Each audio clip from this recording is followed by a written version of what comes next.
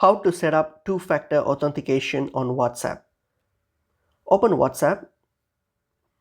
Once you've launched WhatsApp, now hit on the three dots here on your top right or the gear icon. Hit on it, select settings. Once you get to settings, go to account, select account. Once you've selected account, go to two-step verification. So here you go to enable the two-step verification. So click on turn on, and now you have to create or set a 6-digit PIN that you will remember and then confirm it by entering it again. So let's do that.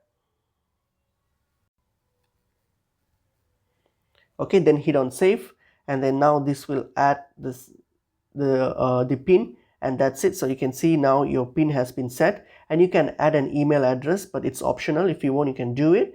Otherwise, you can hit on skip, and then you can hit on skip, and you can see that now the two-step authentication has been done and has been added. So that's pretty much it is. It's pretty easy and straightforward. Hope this video was helpful. I will see you all in another video. Thank you.